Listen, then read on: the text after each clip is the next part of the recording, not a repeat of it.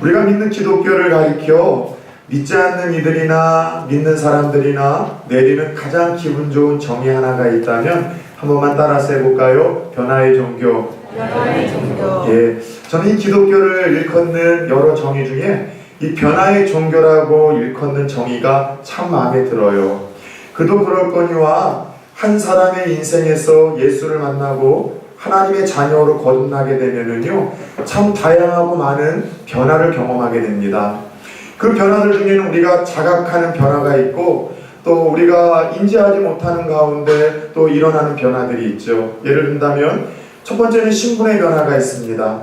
전에는 하나님과 무관한 자들이었었고, 아니 성경을 보면은 마귀의 종들이요 어두움의 자녀들이라고 일컬었는데 예수를 만나고 믿음으로 말미암아 그런 우리들을 가리켜 존귀하고 보배로운 하나님의 딸이 되었다, 아들이 되었다. 그래서 신분의 변화가 일어났다라고 말씀을 하십니다.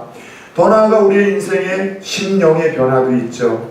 예수를 믿고 교회를 다닌다고 해서 삶의 문제가 사라진 건 아니에요. 그대로 문제는 여전히 산적해 있지만 정과는 달리 그 문제들 속에서도 하나님이 내 인생을 붙들고 계신다는 이 확신, 그리고 그분의 약속대로 합력해서 선을 이루어 이렇게 끝나지 않을 거라는 소망 때문에 여전히 산적해 있는 문제와 삶 속에서도 믿음이 생기고 담대함이 생기고 여유가 생기는 심령의 변화도 일어납니다.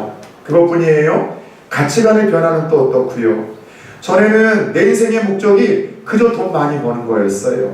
그래서 떵떵거리며 살고 기죽지 않고 좀 더 세상에서 편안하게 사는 것이 인생의 목적이었는데, 예수를 만나고 하나님의 자녀로 거듭나는 순간 정말 가치 있는 일이 무엇일까? 영원한 일이 무엇일까? 의미 있는 일이 무엇일까를 끊임없이 묻고 하나님의 음성을 들어가며 내 인생의 새로운 인생의 목표와 인생의 꿈이 여러분 정립이 되어지게 되더라는 것이죠.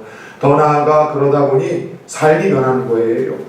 좀 더 따뜻한 사람으로, 배려 깊은 사람으로, 정직한 사람, 성실한 사람으로 이와 같이 예수를 믿으면은 여러 삶의 영역에서 변화가 나타나기에 여러분 믿지 않는 이들도 가리켜 기독교를 향하여 기분 좋은 이 정의 변화의 종교라고 우리에게 일컫는 것 같습니다.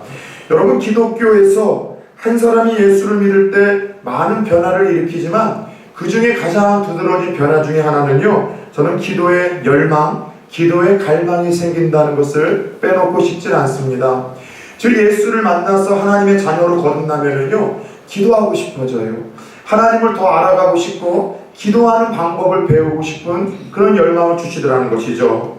그래서 특별히 내가 예수를 믿고 나서 교회를 다니고 나서 내 안에 여러 변화들 중에 기도의 갈망이 일어나기 시작을 한다면, 기도를 하고 싶고 기도를 배우고 싶은 그런 열망이 일어나고 있다면 이거는 내가 하나님의 자녀가 되었다는 좋은 증거요, 내 믿음이 계속해서 자라고 성장하고 있다는 아주 기분 좋은 증거로도 여러분들 둘 수 있습니다. 역으로 내가 교회를 다니고 신앙을 갖지만 기도의 삶이 완전히 무너졌고 기도에 대한 열망과 갈망이 요즘에 조금도 없다면 어쩌면 내 영혼이 죽어가고 있다 못해 이미 죽었을지도 모른다는 것을 여러분 생각하셔야 된다는 것이죠. 제가 그랬던 것 같아요. 모태신앙이지만 19대 처음 저를 부르시고 저를 찾아오신 그 하나님을 만나게 되었습니다. 하나님을 만나고 나서 제 안에 변화된 여러 삶이 있었지만 가장 두드러진 변화는요, 이 거룩한 삶에 대한 열망이 불타오르기 시작했어요. 그래서 첫 번째는 그래서 여러분들, 너희는 이렇게 기도하라고 하며 주님께서 주 기도를 가르쳐 주셨던 것이죠. 사실 우리 신앙생활에서 기도만큼 중요한 것은 여러분 없다고 해도 과언이 아니죠. 기도에 대한 여러 이야기가 있습니다. 여러분 기도는 영혼의 호흡이라고 하죠. 여러분 호흡이 없이는 살 수 없습니다. 마찬가지로 기도가 없이는요, 믿음의 삶을 살 수 없어요. 영적인 삶을 살아낼 수가 없기에 기도는 영혼의 호흡이라고도 이야기를 합니다. 더 나아가 어린 아이들도 알고 있는 기도에 대한 정의가 있죠. 기도는 하나님과의 대화입니다. 하나님 앞에 내 삶의 모든 문제를 이야기하고 또 하나님의 뜻과 음성을 듣는 그 시간이 기도예요. 그것뿐이에요. 그 하늘에 쌓여있는 놀라운 그 하나님의 축복, 그 하나님의 그 지혜와 무궁하신 그 능력을 이 땅에 끌어내려 내가 경험하고 체험함으로 하나님이 살아계시다는 것도, 그분이 나를 특별히 사랑하신다는 것도, 그분이 정말 위대하시고 전능하신 분이라는 것도 경험할 수 있는 가장 거룩한 통로와 방편이 있다면 기도라고 말씀을 하십니다. 그래서 기도는 악한 영들이 우리의 심령이 알게 모르게 종교적인 부담과 무거운 종교 행위라는 고정관념을 심어줬는데 아니에요.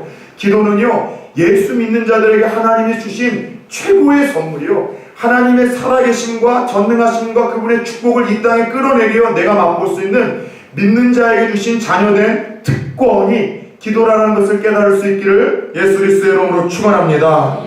그러다 보니 대부분의 성도들이 여러분 기도의 필요성에 대해서 다 공감을 합니다. 여러분들 주위 분들에게 물어보십시오. 기도가 중요하다고 다 이야기를 해요. 성도들의 신앙생활에 있어서 기도만큼 정말로 무게가 있는 것이 없다라고 다 똑같이 이구도 요즘에 좀비라고요. 예? 이 좀비는요, 죽은 몸을 가지고 있는데 그 죽은 몸 안에 이상한 악령이 들어가서 막 꿈틀꿈틀 막 대면서 사람을 쫓아다니면서 무는 거예요. 예, 이게 좀비예요. 여러분, 이 좀비가 요즘에 모든 극장가의 호러, 공포 영화의 주인공으로 뒤바뀌었는데, 저는 이 좀비 영화를 볼 때마다 어찌 보면 우리 한국교회 성도들의 현주소인 것 같아서 좀 불편해요. 죽었는데 살았다고 착각하면서 여러분 뛰어다니는 거예요. 근데 좀비는 많이 움직이면 움직일수록, 빠르면 빠를수록 더 큰 문제거리를 만들어요. 오늘 한국교회가 예수님께서 이 기도는 영적인 호흡이라고 해서 기도하지 않고서는 살 수 없고 죽을 수밖에 없다고 이야기하는데, 기도하지 않고서 영은 다 죽어버렸어요. 그런데 마치 살아있는 성도들인 것 마냥 예배자로, 봉사자로, 또 그리고 세상에서 살다 보니까 이게 움직이면 움직일수록 더 큰 문제를 자꾸 이뤄내고, 움직이면 움직일수록 자꾸 큰 어떤 사회적인 문제를 일으키는 것 같아요. 다른 이유가 아니에요. 영적인 좀비화가 됐기 때문에요. 기도를 통해서 영혼이 살아야 되는데 영혼은 다 죽었는데 좀비처럼 살아 움직이고 흉내내다 보니까 자꾸 문제가 일어나더라는 것이죠. 여러분, 그래서 이와 같이 이 기도는 하지 않으면 죽게 되는 영혼의 호흡이기에 너무나 중요한 일이기에 예수님은 그분 자신이 하나님이시요 기도가 필요 없으셨음에도 불구하고 바쁘고 피곤하고 일이 많을수록 기도하셨던 것을 우리는 알게 되더라는 것이죠. 그래서였을까요? 기도에 관련된 예수님의 말씀은요, 권면이나 초청이 아닙니다. 얘들아, 기도 한번 해볼래? 이거 하면 좋은데 하면 어떨까? 이게 아니라 강력한 명령어예요. 선택이 아니라 책임과 의무이고요, 법이었었습니다. 사명이었었습니다. 따라서 해봅시다. 기도는 안 하면 죽는다. 여러분, 제 이야기 아니라 예수님 말씀이셨어요. 두 번째, 기도의 필요성. 왜 우리가 기도를 해야 될까요? 소극적인 의미에서는 시험에 들지 않기 위해서 기도하라 주님은 말씀하셨습니다. 예수님의 12 제자들이 그 예수님과 동고동락하며 3년 동안 제자 훈련을 받았지만 제일 약했던 부분이 기도의 훈련이에요. 어느 한 사람이 고속도로에서 빠져나와 국도로 가는데 감시 카메라가 있더래요. 그래서 나는 속도를 줄였는데 갑자기 카메라가 찰칵하고 찍더래요. 순간 자기의 속도 계량기를 봤더니만 그 감시 카메라가 찍을 만한 속도가 아니었대요. 그래서 이게 뭔가 잘못됐는가 싶어서, 그런 사람들이 있잖아요, 집착이 강한 사람. 다시 와가지고 그 길을 한번 돌아본 거예요. 조금 더 속도를 줄여서 카메라 앞을 지나가는데 감시 카메라, 교통 카메라가 또 찰칵하고 사진을 찍더래요. 기분이 나빠서 이게 왜 그런가 싶어서 다시 한번 이제 저 카메라가 잘못됐다는 것을 나중에 컴플레인을 하려고 속도를 줄이고 또 지나가는데 카메라가 또 찍더래요. 그래서 이제 고지서 딱지만 날라와 봐라. 벼르고 있었었는데 그 다음 주에 진짜 집에 고지서 딱지가 3장이 나왔대요. 근데 뭐로 나왔는가 하면 속도 위반이 아니라 안전벨트 미착용. 자신의 속도 때문에 카메라가 찍는다고 생각을 했는데 문제는 뭐예요? 안전벨트 미착용이에요. 저는 우스에 그 이야기를 들으며 오늘 한국교회 성도들이 왜 예수를 믿어도 내 삶에 하나님의 능력이 덜할까? 왜 내 삶에 기쁨의 평안함이 없지? 하나님이 수많은 축복을 약속하셨는데 왜 내 삶에 이 축복과 은혜가 왜 더디 나타나는 걸까? 그 문제가 하나님이 나를 덜 사랑하거나 내가 믿음이 없어서나 하나님이 능력이 없는 혹은 신실하지 못하신 분이 아니라 우리들에게 철저한 문제가 있을 수 있다는 것을 한번 생각해 보셨으면 좋을 것 같아요. 오늘 예수님께서 그 문제점을 정확하게 지적해 주십니다. 수많은 기도 응답의 역사에도 불구하고 응답을 경험하지 못하는 몇 가지 문제가 있는데, 첫 번째 문제는 다른 것 아니에요. 기도를 하지 않아서요. 기도를 하지 않습니다. 역사적 사명을 가지고 태어난 거 마냥 기도를 안 해요. 기도 안 해도 지금까지 잘 살아왔기 때문이죠. 기도 안 했다고 여러분 새끼밥 못 먹었습니까? 죽으셨습니까? 문제가 있으셨습니까? 가끔씩 그런 문제와 어려움이 있어도 기도와 내게 주어진 고난을 연결하려고 하지 않는 이들이, 그런 강박한 이들이 얼마나 많은지요. 기도를 하지 않습니다. 이유는 다 있어요. 삶이 너무 바빠요. 피곤해요. 일이 많아요. 그것 때문에 나는 기도할 수 없다고 이야기를 하지만, 어려 믿음의 사람 마틴 루터는 나는 바쁘기에 기도할 수밖에 없다고 이야기를 합니다. 그때가 바로 기도의 자리로 초청하시는 하나님의 사인이에요. 내가 바쁘다는 거, 분주하다는 거, 일이 많아진다는 거, 고난이 더해진다는 거, 나에게 염려와 걱정이 끊이지 않는다는 거, 자녀들이 계속 문제를 일으키고 쉬이 아프다는 거, 경제적인 어려움을 경험한다는 거, 하나님이 나에게 기도의 자리로 초청하시는 하나님의 사인이요 초청장이라는 것을 믿음의 눈을 듣고 믿음의 귀를 열어 보시고 들을 수 있는 우리 성도님들 되어지길 축원합니다.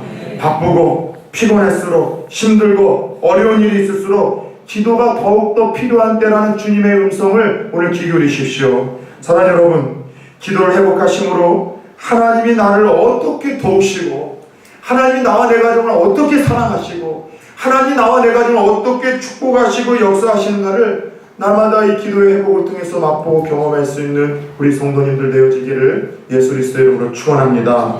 두 번째, 수많은 기도 응답의 역사에도 약속에도 불구하고 우리가 응답을 경험하지 못하는 두 번째 문제점은 오늘 주님의 말씀을 보니 잘못된 기도의 삶 때문이라 이야기를 하십니다.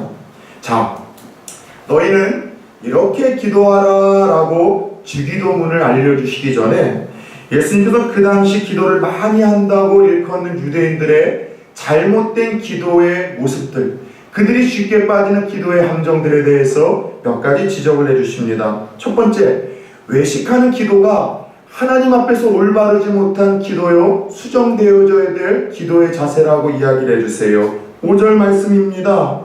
또 너희는 기도할 때에 외식하는 자와 같이 하지 말라. 여러분, 외식이 뭡니까? 어떤 집사님은 성경에서 외식하지 말라고 그랬다고 해서 자녀들과 한 번도 밖에 나가서 밥을 안 먹었대요. 바리새인들은 하루에 3번 이상 기도를 하는 사람들이었어요. 아침, 점심, 저녁 시간을 정해놓고 기도를 합니다. 그래서 자기들이 기도하는 그 시간대에 그냥 성전에 가 있거나 집에서 그 기도의 시간을 준비하면 참 좋으련만 대부분 이상하게 그 기도하는 자임을 자랑하려고 하는 이상한 외식 문화가 퍼졌던 것을 주님은 보셨던 거예요. 그 시간대에 맞춰서 사람들이 많이 지나다니는 시장에 가는 거예요. 그래서 딱 시계를 보고서 시계는 없었겠죠. 기도해야 될 시간이네. 사람이 많은 시장 어귀에서 손을 들고 기도합니다. 사람들 보고 봐달라는 거죠. 나 이렇게 경건하고 거룩하고 기도 많이 하는 사람이라는 것. 이 외식을 주님의 눈이 피할 수가 없었던 거예요. 그래서 여러분들 이 외식을 처방할 수 있는 방법을 6절에서 예수님께서 알려주시는데 골방 기도를 회복하라는 것입니다. 골방 기도라는 것은 기도굴에 들어가거나 다락방에 들어가라는 문자적인 장소를 의미하는 것이 아니라 하나님께만 집중할 수 있는 장소와 시간을 골방 기도라고 할 수 있습니다. 따라서 내가 사람들을 의식하지 않고 하나님에게만 집중할 수 있다면 모든 곳이 나의 은밀한 골방이 될 수 있어요. 직장도, 여러분들 차 안에도, 또 지하철도 사람 의식하지 않고 하나님에게만 내가 기도할 때에 이방인과 같이 중언부언하지 말라라고 말씀하시며, 중언부언하는 기도가 하나님으로부터 오는 기도 응답과 축복을 가로막는 함정일 수 있다라 말씀을 하십니다. 중언부언이라는 것이 무엇입니까? 어떤 분들은 말을 자꾸 반복하는 것이 중언부언이라고 해요. 근데 여러분, 중언부언하면서 반복하는 것이 중언부언 아닙니다. 예수님도 여러분들 3번이나 기도하셨죠? 사도 바울도 가시가 떠나도록 3번이나 기도했죠. 내가 죽게 생겼고 아프고 고통스러워서 그 부분을 하나님 들어달라고 계속해서 여러분 반복적으로 마음을 담아 부르짖는 기도가 왜 중언부원이겠습니까? 중언부원은 이방인의 기도와 같다라고 하시는 거 보니까 이방인들, 예수 믿지 않은 우상 숭배하는 이들이 드리는 기도의 스타일이에요. 어떤 기도의 스타일일까요? 이 말의 뜻은 이런 거예요. 쓸데없는 말을 짓거리다. 말을 많이 한다는 거예요. 생각 없이 말하고 쓸데없이 말을 많이 하는 것을 중언부원인데, 그 당시 이방인의 여러분들 교도들이 자신이 믿는 신 앞에서 기도하는 습관들이 그랬습니다. 말을 많이 했어요. 쓸데없는 말을 이 주문을 외우듯이 늘어놓았습니다. 오늘날도 타 종교를 보면은 계속해서 여러분들 그 주문을 반복적으로 외우는 것들이 많잖아요. 남묘호랑경거 같은 경우는 남묘호랑경거, 남묘호랑경거, 남묘호랑경거 얘기를 하죠. 여러분 또 불교 같은 경우는 좀 어떻습니까? 나무아미타불 관세음보살. 나무아미타불이 무슨 뜻입니까? 불교에서는 나무라는 말을 많이 쓰는데 어디에 귀속된다는 뜻이에요. 그래서 나무 관세음보살이라는 것은 관세음보살께 내가 다시 귀속이 됩니다 라는 뜻이고, 나미아불타불이라는 것은 아미타 부처에게 내가 다시 귀속이 된다는 이건데, 계속해서 그 말을 여러분들 고백을 하는데 불교 다니시는 분들 중에도 그 뜻을 모르시고 주문 외우듯이 하는 분들이 의외로 많더라고요. 근데 여러분 예수 믿는 분들 중에도 그래요. 기도의 자리는 지켜요. 안 하는 것도 문제이지만 하는데도 바르게 못하시는 분들이 있어요. 시간은 채우는데 내 마음이 당기지 않고 형식적으로 쓸데없이 말을 많이 하시는 분들이 있어요. 영혼 없이 말한다고 하죠. 하나님께 감사하지 않는 마음인데 그냥 감사한다고 입을 계속해서 고백해요. 하나님 진짜 사랑하지 않는데 마음도 안 담고 사랑한다는 이야기는 계속해서 이야기를 해요. 영혼 없이. 그리고 하나님 앞에서 내가 정말로 충성되겠다, 헌신하겠다 이야기를 하지만 그런 마음도 없이 오래 기도를 하다 보면 자기만의 레파토리가 있거든요. 그래서 거미똥구멍에서 거미줄 나오듯이 줄줄줄줄 말을 많이 하는데 영혼이 안 당기고 말이 안 당기고 쓸데없이 많이 하는 말. 원래 그런 기도의 유형이 예수님 보실 때 바리새인들에게 기도 많이 하는 자들에게 있으셨음을 보시고서 좀 경고를 하고 있으신 거예요. 사랑하는 여러분, 중언부언하는 기도, 간절한 마음과 열정이 없이 쓸데없이 말하는 이 기도를 우리가 여러분들 처방받기 위해서는요, 잘 들으셔야 돼요. 첫 번째, 마음을 드리는 기도를 하셔야 됩니다. 말 하나하나에, 문장 하나하나에 우리의 마음을 담아 기도 드리시기를 축원합니다. 두 번째, 단어 하나도 정성에서 사용하셔야 됩니다. 그래서 제가 교회의 대표 기도를 맡으시는 분들에게 오늘 좀 권면과 주의 이름으로 부탁을 드리겠습니다. 대표 기도를 맡으시는 분들은요, 단어 하나도 정성에서 사용을 하셔야 되기 때문에 적어서 하십시오. 정말 여러분들이 대표 기도를 하시는 분들은 적어서 하셔야 돼요. 실수 없이 온 교우들을 대표로 해서 여러분들 기도를 하는 거기 때문에 여러분 대표 기도 하시는 분들은 꼭 적어서 하시고요. 두 번째는요, 짧게 하십시오. 개인 기도는 길게 하세요. 그리고 대표 기도는 짧게 하세요. 근데 개인 기도는 짧은데 대표 기도가 길면 이게 문제가 생겨요. 대표 기도는 짧게 하셔야 됩니다. 세 번째, 대표 기도를 소중히 여기십시오. 여러분 문재인 대통령이 와서 기도하겠다면 제가 허락을 할까요? 이찬수 목사님, 조영기 목사님 와서 우리 예배 가운데 기도하겠다고 하면 제가 허락을 할까요? 예, 여러분 그 생각 다 읽고 있어요. 아니 그분들이 오시겠어요, 이 작은 교회. 저도 알아요. 근데 그분들이 와서 대표 기도 시켜달라고 해도 저는 안 시켜줘요. 구약시대에 이 기도는요, 대제사장들과 제사장들이 하나님께 드리는 여러분 향로를 드리는 일입니다. 이거를 다른 사람이 하나님 선택하지 않은 사람, 지목하지 않은 사람이 했다가는 다 죽었어요. 아무나 기도 못해요. 하나님이 선택하셔서 뽑아내신 자들에게 주어진 이 특권이 기도의 특권입니다. 근데 대표 기도를 세우는데 툭 하면 빠지고 연락도 없이 여러분 빼먹어요. 반드시 저는 그 하나님의 진노가, 책망이 하나님 앞에 섰을 거라고 생각을 합니다. 대표 기도가 다음 여러분의 순서에 있다면 기도하십시오. 부득이하게 참여 못할 거라면은요, 미리 이야기를 하셔서 그 시간이 여러분들 빵꾸나지 아니하도록, 그 시간이 엇나가지 아니하도록 여러분 최선을 다하십시오. 끝으로 오늘 이 중언부언하는 기도를 처방하기 위해서는요, 오늘 주님 말씀 보니까 너희는 그렇게 하지 말라고 하시면서 따라서 해봅시다. 너희 아버지께서 아시느니라. 하나님이 다 아신대요. 우리가 무엇이 필요한지를 아시기 때문에 나의 필요를 이미 다 알고 계신 하나님을 신뢰하며 마음을 담아 말 많이 하지 말고 여러 사람에게 보이려고 하지 말고 그렇게 마음을 담아 하나님 앞에 신뢰하며 드리는 기도가 이 중언부언하는 기도의 처방전이라고 이야기를 하십니다. 정리해 봅시다. 기도라는 것은 많이 하는 거 중요해요? 안 중요해요? 중요해요? 안 중요해요? 예, 중요해요. 기도 안 하시는 분들이 다 안 중요하대요. 이럴 때도 마음 편해보려고. 많이 하는 거 중요하죠. 기도는 중요합니다. 저는 처음에 예수 믿었을 때 어떻게 기도해야 되는지 몰라서 철학 기도를 가는데, 제가 처음 신앙생활했던 교회는요, 금요 철학 기도회 때 기도 제목 하나를 주고 5분에서 7분 정도를 기도하는데 너무나 고역스럽더라고요. 뭘 기도해야 될지 모르겠어요. 그래서 제가 그래도 외웠던 것은 모태신앙이라 주기도문이라 5분 10분 동안 주기도문 10번을 외웠어요. 그래도 은혜가 있더라고요. 많이 하는 것도 중요해요. 그러나 더 중요한 것은 예수님이 가르쳐 주신 대로 바르게 하는 것이, 올바르게 하는 것이 더 중요하다는 것이 오늘 주시는 말씀의 주포인트 아니겠습니까?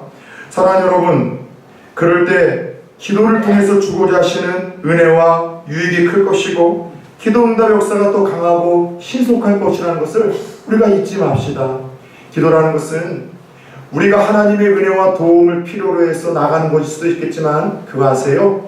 하나님을 가장 기쁘시게 하고 그분을 행복하게 만드는 시간이라는 것. 문희 목사님이 어느 날 밤늦도록 설교 준비를 하는데 그 서재에 막내딸이 들어왔대요. 대부분 그 어린 딸이 아빠를 찾아오는 이유는 무언가 필요해서이죠. 그래서 딸, 아빠가 뭐 도와줄까? 왜 왔어요? 그 딸이 그러더래요. 아빠 아무것도 필요 없고 그냥 아빠랑 잠깐 함께 있고 싶어서 왔어요. 근데 그날 이 무대 목사님은 그날 다른 얘기가 아니라, 다른 필요가 아니라 아빠와 잠시 함께 있고 싶어서 왔다라고 고백하는 딸의 이야기가 너무나 행복해서 오래오래 기억에 남았다는 이야기를 그의 자서전에 기록하고 있습니다. 하나님의 마음이 그래요. 내 자녀들 좋은 취업 앞두고 결혼 앞두고 시험 앞두고 문제가 있어서 오는 것도 그것도 아름다워요. 그러나 그거 말고 그냥 편한 시간에 내가 와서 주님과 교제를 하고 하나님 앞에 내 마음을 쏟고 하나님의 그 마음을 내가 읽고 나를 향한 하나님의 그 흐뭇한 미소를 영적으로 보고 그 음성을 듣고 돌아가는 것, 그거 자체를 하나님은 너무나 기뻐하시고 행복해 하시고 그걸로 영감을 받으신다는 것이죠.